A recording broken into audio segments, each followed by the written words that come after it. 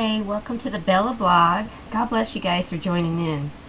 Well, on May 23rd, it was a Friday, Santa Barbara killer Elliot Rodger, who's 22, a son of a Hollywood director, vowed to slaughter women who rejected him and killed 6 people and injured 13 before apparently shooting himself in the head. Very, very sad indeed. I'll be praying for the family members and those children that have been hurt, and their loved ones that were killed in this event, tragic event. Well, the father of the shooting victim, Christopher Martinez, mourned for his son at a press conference on Saturday and blamed politicians and the NRA for not doing enough for gun control. Well, a lot of those people, half of them were killed by a knife, half of them were shot, and one guy was ran over, and he hit the guy's car, the killer's car, Elliot Rodger's car. It was a black BMW, and hit the front windshield and is in the hospital. He survived. And I find this guy is, now I feel bad for their family. Don't get me wrong. I'm not trying to be insensitive right now, but I feel that why is the NRA and the gun control, blame? They're not to blame here. To blame here is the mental illness he had. Okay? This poor young man was apparently very ill. He had a mental illness. It's very prevalent, in this report. I read this book, and it's called The Secret Government. If you ever get a chance, read this. There's programs out there where they're put into place to create dependent, non-working elements in our society, and the government then began to remove these programs to force people into criminal classes that did not exist in the 50s and 60s. And I noticed that because, I grew up in the 60s and 70s, and, I didn't see hardly any crime when I was growing up. I had an awesome, I grew up having a nice life. I mean, I had some major problems here and there just like everybody else, but crime-wise, I never saw it like this out in society as a kid. So the government, what they do is encourage the manufacture and importation of military firearms from the criminals to use, and this is intended to foster a feeling of insecurity which would lead the American people to voluntarily disarm themselves by passing laws against firearms, using drugs and hypnosis on mental patients in a process called Orion, O-R-I-O-N. The CIA incalculated the desires in these people to open fire on schoolyards and thus inflame the anti-gun lobbyists or lobby. This plan is well underway, and so far it's really working perfectly. I mean, don't you see that? The middle class is begging the government to do away with the Second Amendment, and that's exactly what happened on Saturday at the press conference, blaming the politicians and the NRA for not doing enough for their gun control. Okay, that this is just another ploy to try to take our Second Amendment away. You see through all the lies, basically, or the hypersensitivity. You could tell that the media is being controlled, because you notice how they don't emphasize on the knives and the other weapons. They emphasize on the gun. Okay? What I find blame in the police in this too, because the parents knew, and they actually warned the police, and they went to his house prior to all this happening to do a well check on him, and the police said, oh, he's a charming, wonderful, perfectly normal guy, so they didn't feel there was any concern. I mean, I think this guy should have been 5150, and he should stay in the hospital. Seriously. The author notes, he writes this: I have found that these events have indeed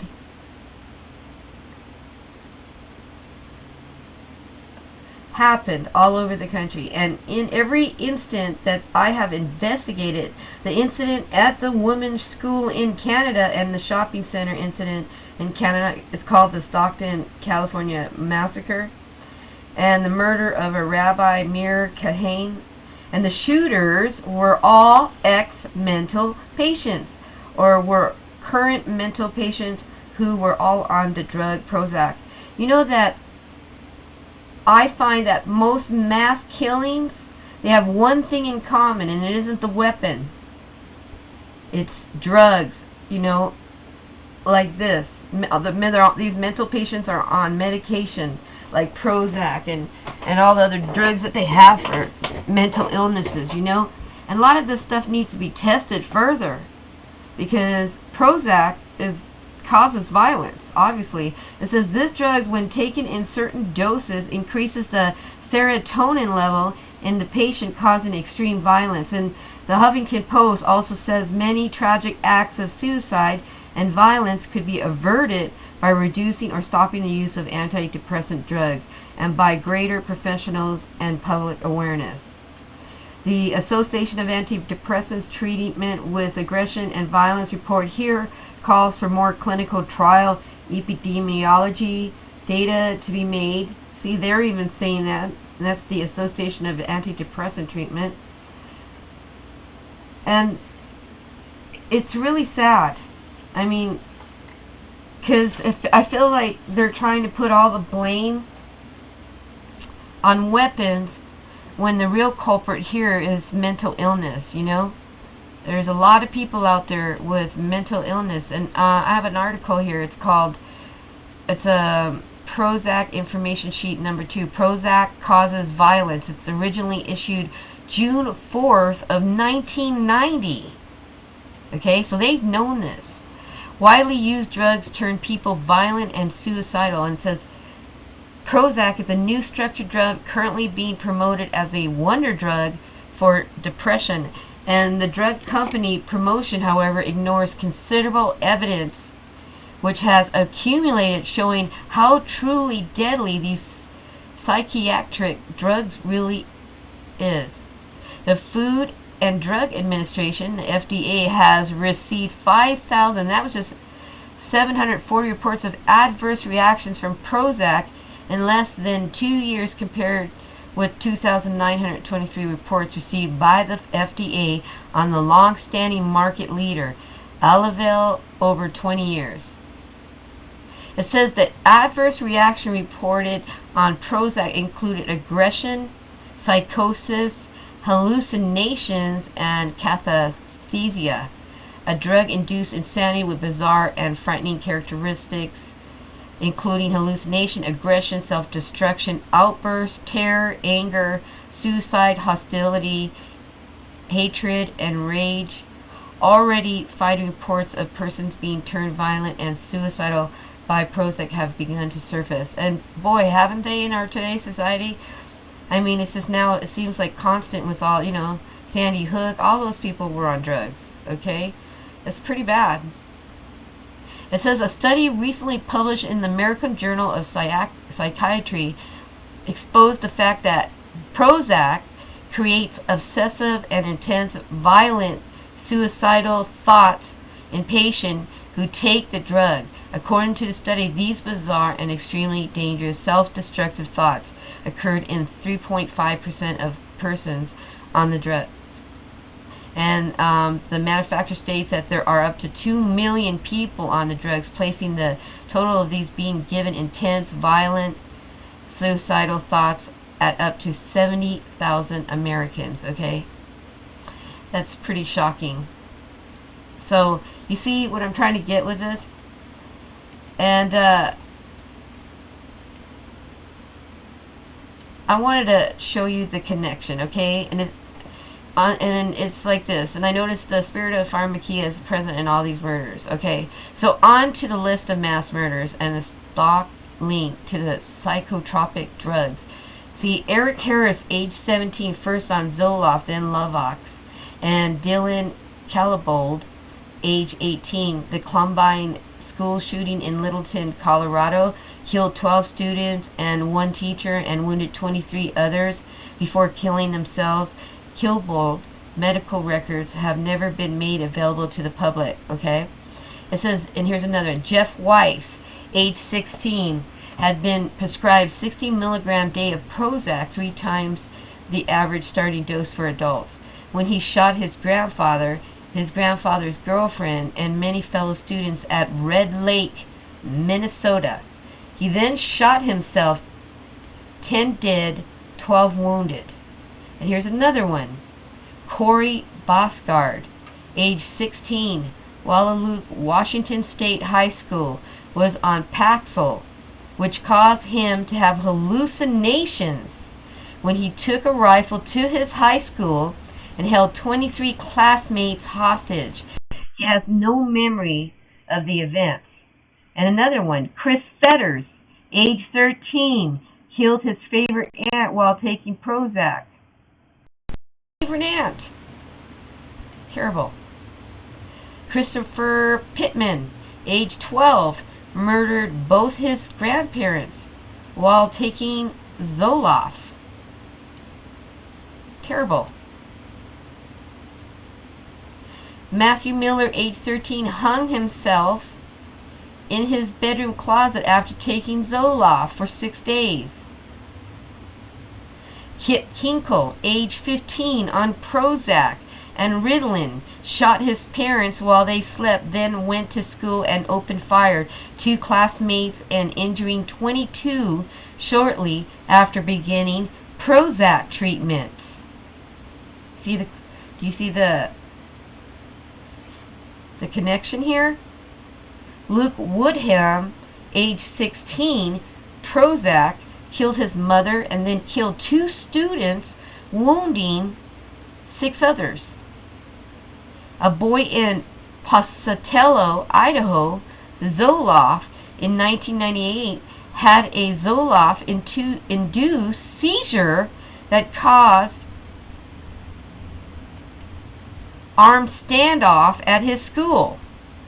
And Michael Carnell, RITAILIN, age 14, opened fire on a student at high school prayer meeting in West Paddock, Kentucky. 3 teenagers were killed. 5 others were wounded. You see what I'm trying to say here? The kids are being sent to these doctors from school because the teachers are saying, hey, they need to be on medication, and look at what we're creating. We're creating killers. That's what we're creating. An assassination squad, basically. And then you add all these violent videos to it, that programs them. They don't have any spiritual religion in their life, or it's not followed up. So there's no spiritual guidance through Jesus Christ. And this is what our nation is and our society is creating. A private squad of assassinators that go into school and killing kids, and yet they want to punish people who are good and know how to handle their weapons, their guns, mainly, and know how to take care of them and put them away in safes. Okay, if these mental ill children are, managing to get to their parents' weapons, and the parents aren't putting these away correctly and not storing them in safes and stuff, then that's on their fault, okay? I don't see how we're supposed to be punished, and why the main focus should be that these kids all have a connection, and it's all these antidepressive type of medication, Pharmakia. Okay, so I wanted to go, I have an entire list of this, and everything is either Prozac, RITAILIN, It says a young man in Huntsville, Alabama, Ritalin, went psychotic, chopping up his parents with an axe and also killing one sibling and almost murdering another. Andrew Golden, age 11, Ritalin, and Mitchell Johnson, age 14, Ritalin, shot 15 people, killing 4 students, 1 teacher, and wounding 10 others. T.J. Solomon, age 15, Ritalin, high school students in Conyers, Georgia, opened fire on and wounded 6 of his classmates.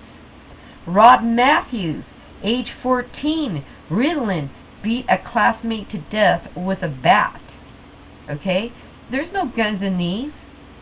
James Wilson, age 19, various psychiatric drugs from Brentwood, South Carolina, took a .22 caliber revolver into a elementary school, killing 2 young girls and wounding 7 other children and 2 teachers. Just unbelievable. Elizabeth Bush, age 13, Paxil, was responsible for a school shooting in Pennsylvania. Jason Hoffman, Effexor and Celexa, school shooting in El Cajon, California. Jair Victor, age 15, Paxil. After 5 days on Paxil, he stabbed his grandmother 61 times. Chris Shanahan, age 15, Paxil, in Rigsby, Idaho, who out of the blue killed a woman.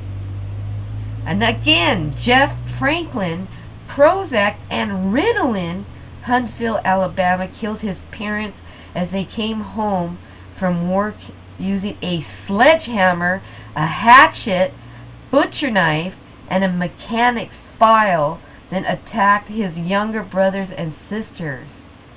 That's horrific. Okay, this is very evil. Okay, and the connection here is the drugs they are taking, and you know, guns are not the problem. It's these drugs that they're giving teenagers, young adults, like Elliot Rogers and all these lists. I mean, the list goes on. Okay, and most of them, half of them are Prozac, the other half is other, like 2/3 is Ritalin, and the other quarter is like Zoloft and all those odd type of drugs. Okay, but the solution, I mean the problem is still the same. Okay, I got another one here. Steve Kazmierczak, I can't even say his name.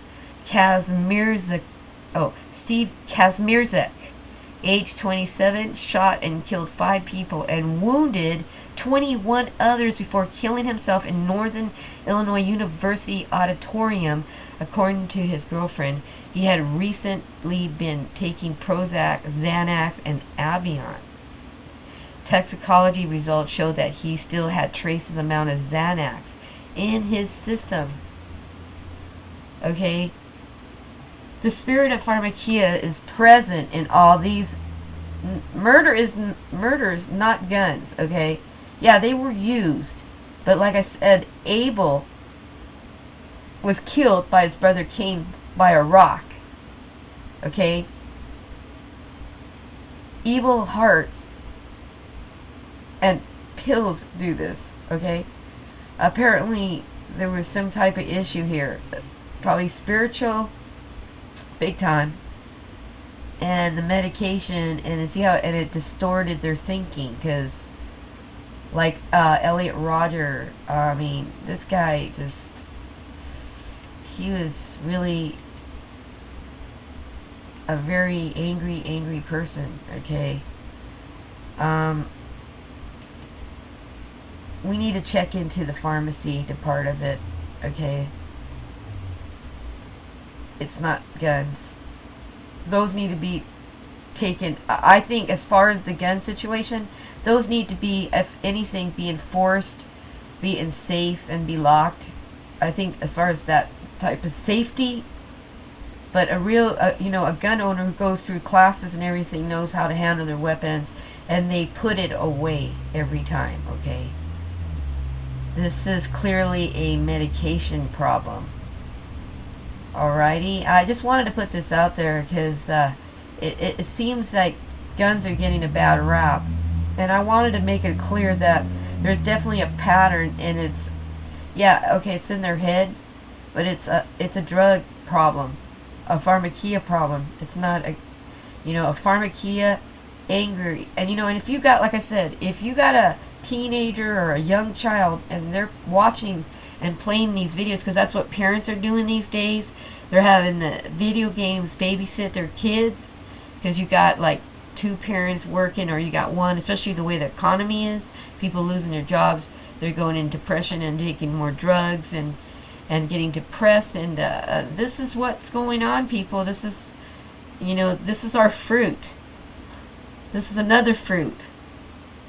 So I think we need to have the pharmacology that are doing these. They need further testing on these drugs, basically. That's what I'm trying to say. And there need to be more tighter controls on mental illness patients, not guns, mental illness patients. Because, you see, there's a lot more gun owners versus mental ill patients, I believe. Or maybe I'm wrong. But lately it seems like there sure is a lot of crazies coming out, okay, that definitely have mental illness problems, and they're really being it seems like things are not being addressed, or it's falling in between the cracks, most definitely. If these sheriffs would have really checked into them, did a couple of them, not just one, because sometimes when the person knows they're coming, they'll be all like in their good behavior, especially a sociopath, or this guy seems like a sociopath. I'm sure he probably was, or a narcissist, but there was obviously a problem, and it was definitely overlooked. And I think the parents really needed to push that, and I think they could have been more pushier. Maybe they were, but they did definitely bring the police into it. I think the police dropped the ball on this one. Well, God bless you. I'm just speaking out. Have a great day, guys, and God bless everybody, and have a great Saturday. Bye.